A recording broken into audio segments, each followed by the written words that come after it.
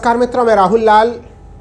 आज हम लोग चर्चा करेंगे कि किस तरह से राहुल गांधी ने पूरे टीम इंडिया को बिल्कुल एकजुट रखा हुआ है और दूसरी तरफ एनडीए गठबंधन में लगातार तनाव की स्थितियां देखी जा रही हैं।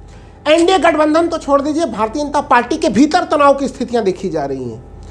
तो दोनों गठबंधनों में जो एक स्थितियां हैं, जहां पर एक इंडिया अलायंस में स्टेबिलिटी है, वहीं पे एनडीए गठबंधन जो है कि वो अस्थिरता की तरफ है, वहाँ पे स्थिरता के तत्व मौजूद नहीं है। और इसके अलावा इस वीडियो में हम लोग समझेंगे कि प्रधानमंत्री मोदी अपने ही विफलताओं के द्वारा घिरते चले जा रहे हैं, वहीं दूसरी तरफ राहुल गांधी लोकप्रियता के नए नए आयाम उत्पन्न कर रहे हैं। वो जनता के तमाम मामलों पे वो जुड़ते चले जा रहे हैं, चाहे संसद के भीतर चाहे संसद के बाहर। इन तमाम मामलों में जो उनकी गतिविधियां हैं, उन्होंने एक अभूतपूर्व रिकॉर्ड बनाया है। लीडर ऑफ अपोजिशन देश को लंबे समय के बाद प्राप्त हुआ, लेकिन इस लीडर ऑफ अपोजिशन की भूमिका में जब से राहुल गांधी आए हैं, उनका रिकॉर्ड एक ज़बरदस्त रिकॉर्ड रहा है। और वास्तव में अब लग रहा है कि लोकतंत्र में जनता यानी सामान्य लोगों की आवाज़ सुनाई दे रही है।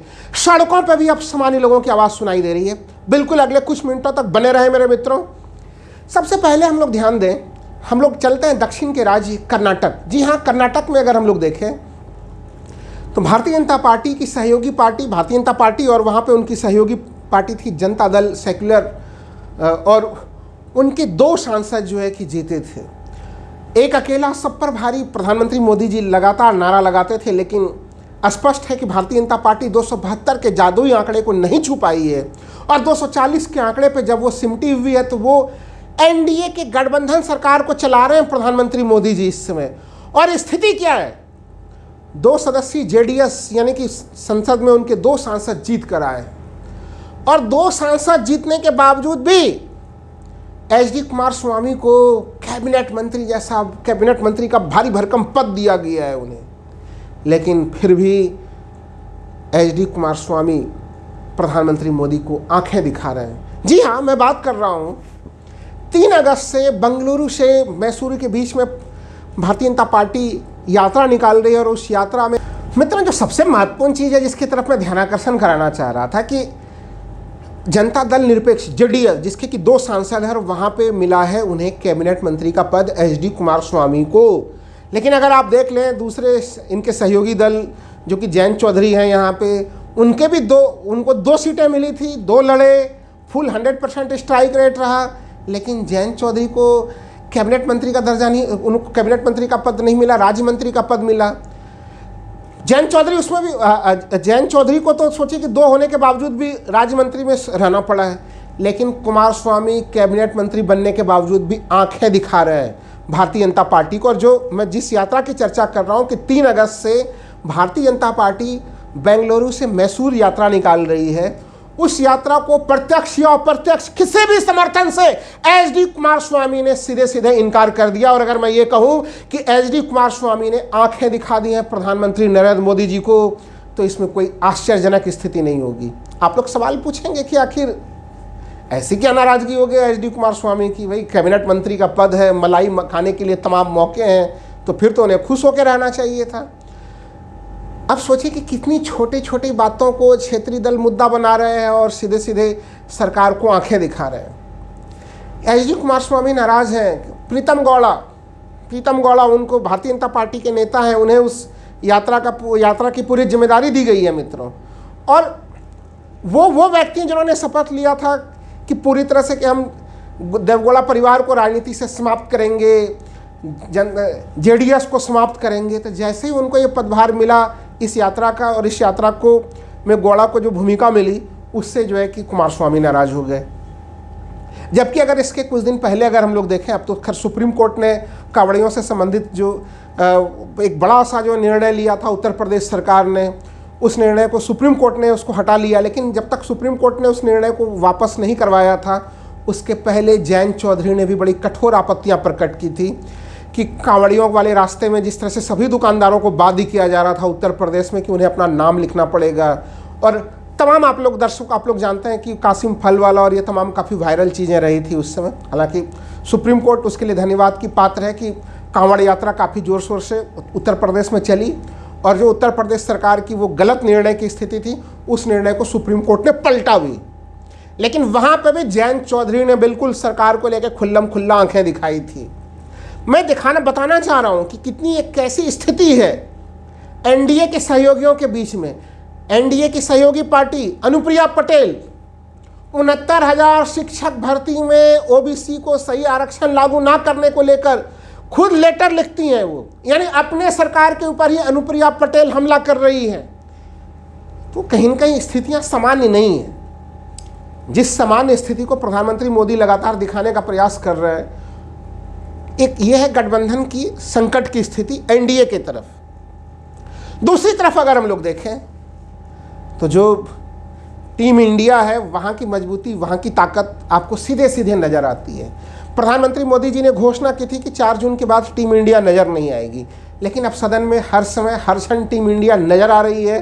और टीम इंडिया की मजबूती इतनी नज़र आ रही है कि आज सदन के भीतर जब टीम इंडिया के लोगों ने केंद्रीय रेल मंत्री से सवाल पूछने शुरू किए दुर्घटना को लेकर, वो जवाब दे रहे थे जब रेल मंत्री के नारे लगाए जा रहे थे, तो रेल मंत्री अपने गुस्से को कंट्रोल नहीं कर सके और उन्होंने क्या कह दिया सदन में कहा कि विपक्ष छोटी छोटी घटनाओं को बड़ा बनाकर दिखाता है। हम रील नहीं बनाते हैं, हम तो रियल में काम करते हैं। जबकि मित्रों, अगर हम लोग देखें तो हाल के समय में रेल दुर्घटनाओं की जो स्थिति बनी है इस देश में, पिछले 2 महीने में 11 रेल दुर्घटनाएं हुई हैं और जिसमें 21 से ज़्यादा लोग जो है कि वो मौत के मुंह में समा गए। और वो 21 से ज़्यादा लोग जो 21 लोग जो मौत के मुंह में समाए, 100 से ज़्यादा लोग घायल हुए, वो केवल और केवल रेलवे के लापरवाही के कारण। उसे एक्ट ऑफ गॉड कहीं से नहीं कहा जा सकता। एक एक व्यक्ति का जीवन काफ़ी महत्वपूर्ण है। केवल 8 दिनों में लगभग जो है कि उसमें से अगर हम लोग देखें तो 14 दिनों में लगभग जो है कि 8 रेल दुर्घटनाएं घट गई हैं और 2 महीने में 11 रेल दुर्घटनाएं घटी हैं। और रेल मंत्री इसे छोटी छोटी घटना बता रहे हैं और विपक्ष जिस तरह से उनकी घेराबंदी कर रहा है, तो एक तरह से ऐसा लग रहा है कि टीम इंडिया के लोग आपस में मिलकर कहीं कहीं एक्सपोज कर रहे हैं। सदन के भीतर का जो दृश्य था, जो नया सदन लग रहा था कि वो नए वानगी बनेंगी, वहाँ पे कुछ हम लोगों को लोकतांत्रिक मूल्यों और मर्यादा दिखेंगी। सत्तारूढ़ पार्टी और बड़े दुख के साथ कहना पड़ रहा है कि लोकसभा अध्यक्ष उन मर्यादाओं को दिखाने में विफल साबित हो रहे हैं। जब काफ़ी अमर्यादित ढंग से विपक्ष को रेल मंत्री गुर्रा रहे थे, डांट रहे थे, भब जैसी कुछ टिप्पणियां कर रहे थे, वो आप लोग, और बहुत सारे वीडियोज़ हैं, आप लोग देख लीजिएगा, मैं उनको यहाँ पे नहीं चला रहा। उस समय भी लोकसभा अध्यक्ष मंद मंद मुस्कुरा रहे थे। आप सोच के देखिए कि अगर यही व्यवहार इंडिया अलायंस के किसी सदस्य के द्वारा होता तो उसमें लोकसभा अध्यक्ष जो है कि नैतिक ज्ञान की पूरी गंगा बहा देते। लेकिन चूँकि सत्तारूढ़ पार्टी के मंत्री जी ऐसा कर रहे थे तो लोकसभा अध्यक्ष उसमें मुस्कुरा रहे थे। उनके गुस्से में भी, उनके एक तरह से वो अपने असफलताओं पर जब वो ताली और मेज जो है कि ताली बजवा रहे थे, मेज खुद पटक रहे थे वो, तब भी लोकसभा अध्यक्ष मुस्कुरा रहे थे। हालांकि रेल मंत्री अपने जिम्मेदारियों को लेकर कितने गंभीर हैं ये सारी दुनिया जानती है। और सबसे बड़ा सवाल जो मैं पूछना चाहूँगा कि भाई रेलवे सुरक्षा को लेकर बड़े बड़े दावे कर रहे थे प्रधानमंत्री, रेल मंत्री, तमाम दावे हो रहे थे कि नए नए सुरक्षा उपकरण खोज लिए गए हैं, उन सुरक्षा उपकरणों को जो है कि रेलगाड़ियों में लगा दिया जाएगा, कोई टकराहट की स्थिति नहीं आएगी। पहले तो अब तक वो उपकरण लगाए नहीं गए। बताया जा रहा है कि बजट बहुत ज़्यादा है, 63,000 करोड़ रुपया खर्च हो जाएंगे। भाई जब भारत दुनिया की 5वीं सबसे बड़ी अर्थव्यवस्था है, 63,000 करोड़ रुपया खर्च कर दीजिए। लेकिन मित्रों, मामला वहीं तक का नहीं है। आप लोगों ने तमाम देखा होगा कि रेलवे के पटरियों तक की स्थिति किस रूप में है, हमारी पटरियाँ किस रूप में बिखरी हुई हैं। ये सरकार अपने ही विफलताओं में बुरी तरह से घिरती चली जा रही है और संसद के भीतर तमाम तरह की चीज़ें अब रखी जा रही हैं, जो मैं कहना चाह रहा हूं मित्रों। और विपक्ष एकजुट होकर कह रहा है। जब राहुल गांधी ने डंके के चोट पे कहा कि जातिगत जनगणना होगी होगी होगी, और उन्होंने जब चक्रव्यूह से लेके तमाम व्यू की बातें कर दी राहुल गांधी ने, और उस समय अनुराग ठाकुर ने जो टिप्पणियां की, राहुल गांधी से जाति पूछने की जो हिमाकत की उन्होंने, जो एक मैं मानता हूं कि एक अमर्यादित स्थिति उन्होंने सदन के भीतर उत्पन्न की, वो इतनी अमर्यादित स्थिति थी कि अनुराग ठाकुर के उस बयान को कहीं न कहीं बाहर निकाल दिया गया, उनको सदन से उन चीज़ों को रिकॉर्ड से बाहर निकाला गया, स्पंज किया गया उस बयान को। तो यानी सोचिए कि वो अमर्यादित टिप्पणी वाला बयान था अनुराग ठाकुर जी का, और उस बयान को प्रधानमंत्री जी रिट्वीट कर रहे हैं और लोगों को बोल रहे हैं कि जरूर सुनना चाहिए।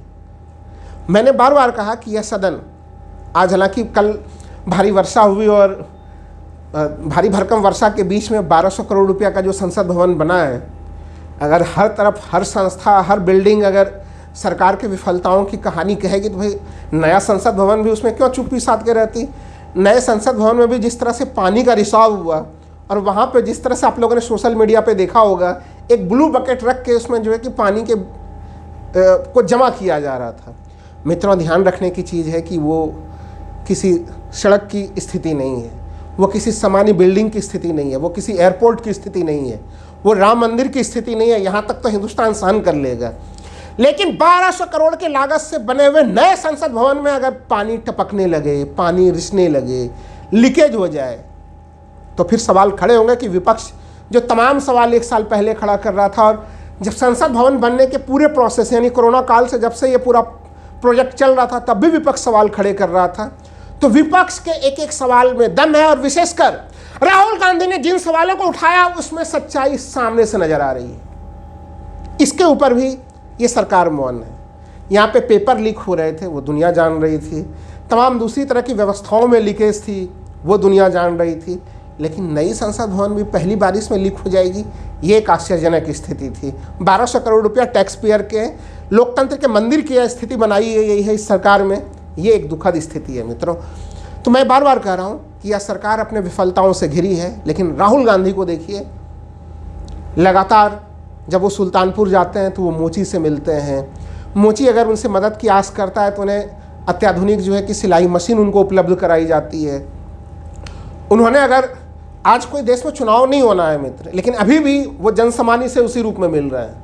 वायनाड के लोग इस समय जब संकट के भारी घड़ी में हैं, वायनाड में प्रकृति का प्रकोप काफ़ी उच्च स्तर पे है, वहाँ पे उस समस्या को कैसे समाधान किया जाए, लोगों को कैसे मदद पहुँचाई जाए, और जिस तरह से राहुल गांधी और प्रियंका गांधी विषम परिस्थितियों में वायनाड में वहाँ पे पहुँचे हैं और लोगों के साथ दिल के तार वो जोड़ रहे हैं, उनके दुखों को कम करने का प्रयास कर रहे हैं, यह अपने आप में बड़ी अभूतपूर्व स्थिति है।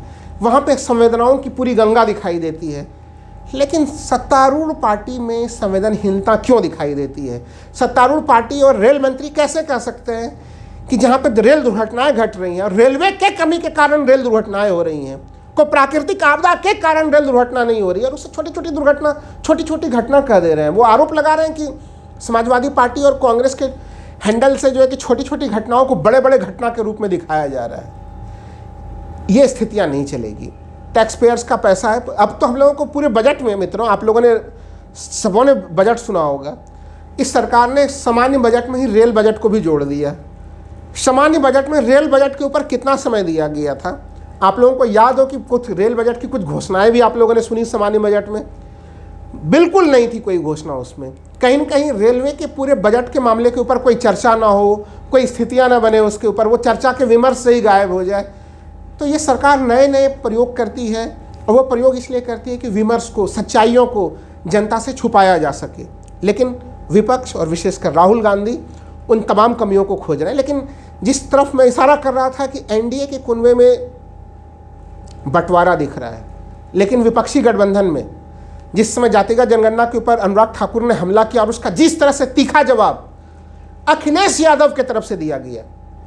जी हाँ, विपक्षी गठबंधन में कांग्रेस के बाद अगर सबसे बड़ी पार्टी कोई है तो वह समाजवादी पार्टी है, और अखिलेश यादव ने जिस तरह से मुंह तोड़ जवाब अनुराग ठाकुर को दिया, वो अपने आप में दिखाता है कि टीम इंडिया की ताकत क्या है, और टीम इंडिया के तमाम लोगों के बीच में, तमाम दलों के बीच में तालमेल की परिस्थितियाँ कितनी ज़्यादा है।